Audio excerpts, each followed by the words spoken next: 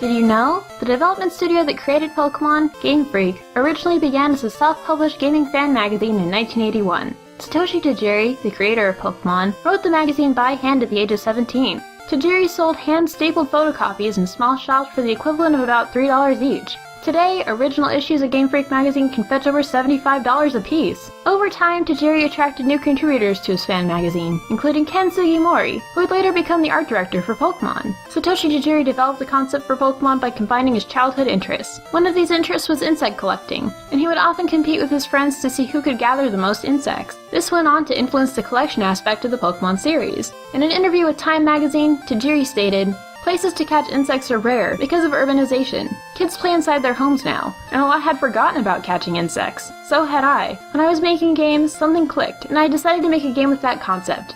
Everything I did as a kid is kind of rolled into one. That's what Pokémon is. Playing video games, watching TV, Ultraman with his capsule monsters, they all became ingredients for the game. Ultraman is a major pop icon in Japan from the 1960s. In the television show Ultra 7, when the hero was unable to fight, he would summon monsters from special capsules to fight for him. This idea went on to be the impetus behind Pokémon and the Pokéball item.